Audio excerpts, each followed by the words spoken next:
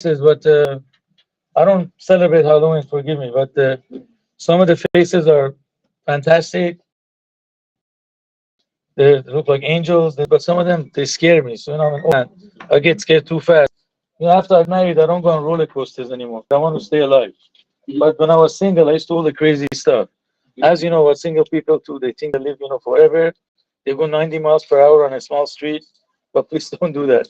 But anyways, putting all the jokes aside, one of the things that we learn in portion, it's one of the commandments that the Bible gives us, which is part of loving a fellow human being, and that's a concept of hospitality.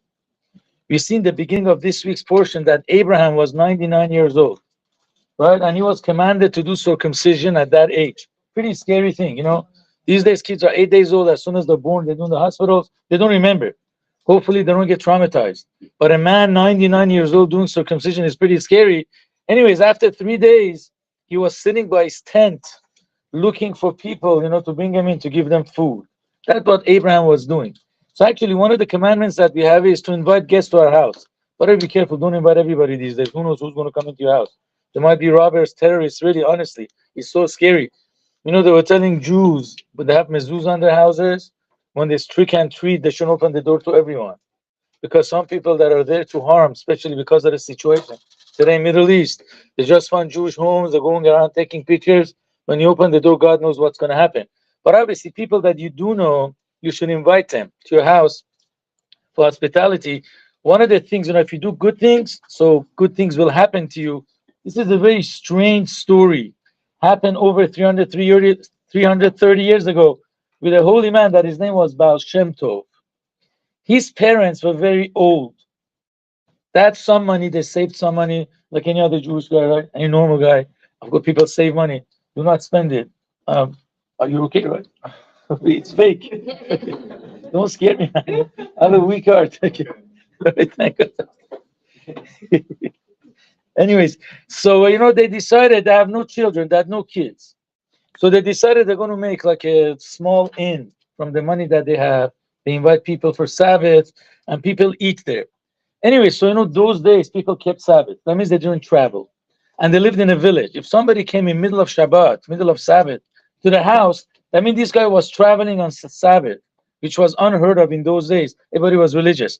So middle of Shabbat, somebody comes into their house. So the man, this is the father of the Baal Shem Tov and his mom. They had no children at that time. They were in old age. So he sees this guy coming, says, "Did you make kiddush?" You know what kiddush is, guys? The blessing they make on wine. Or if you're under 21 on grape juice, remember that no wine before that. Unless your parents, okay, no, I don't care. That's your parents' territory. But Jews, they drink wine at days old.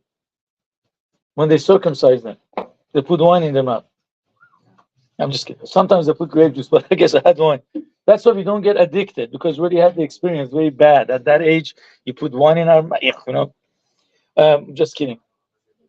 Anyway, so he says, "Did you make kiddush?" So the guy says, "No." So the father of the Baal Shem Tov brings him some wine to make kiddush. Everybody else who was religious, so what kind of crazy guy is this? Comes in the middle of Shabbat walking. Why are you giving him wine? Kick him out. He's somebody that desecrates Shabbat. So he was a very, very, sensitive person. He felt bad. He went to his room crying, even though he was an older person. But then he said, "If I don't come back, people are going to harass the guest." So he goes out and he actually takes care of him, gives him all the food. His custom was that he kept people till Sunday afternoon. Such a nice guy, They ate Shabbat, Friday night, and even Sunday. So when they were about to go, this guy that came in the middle of Sabbath, he tells him, his name was Eliezer. He says, "Eliezer, listen to me. I'm none other than Elijah the prophet." Elijah the prophet, the prophet says that he went up in a fiery chariot. He never really died. He went with his physical body to paradise.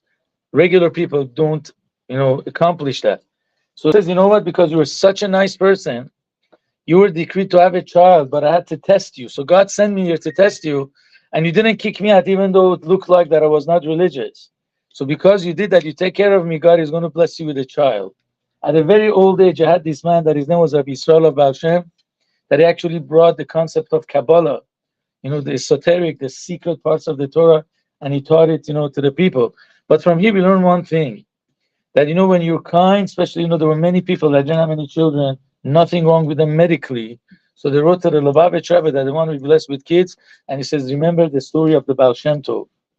Bring guests into your house on Shabbat and other days of the week. Anyways, this is one concept that we learn. Thank God you're all friends. You know, you could invite people to your houses for a meal when you get married, God willing. Then you have your own ways of, bringing people to your house. It's a very, very great mitzvah to take care of people, especially the ones that need it. They're actually poor. Otherwise, even if they're well-to-do, the fact that you're friends, it's the greatest pleasure that is given to God. What's the greatest pleasure that a parent has? Not that your kids become doctors or lawyers. That's also good, especially if you're Persian. They say a joke that there was one time a Jewish mom pushing a carriage. There were two kids in there. Another lady says, how cute. How old are your kids? He says, the doctor is 3 years old and the lawyer is 2 years old. But if you don't become doctors or lawyers, it's not the worst thing. The biggest pleasure that parents have is when their children get along. Could you imagine when a father invites their child, so if my other brother is coming, I'm not coming to your house. It's the biggest pain. When we're all friends, it's the biggest pleasure that our Father in heaven, our Mother in heaven, God has it. Thank you.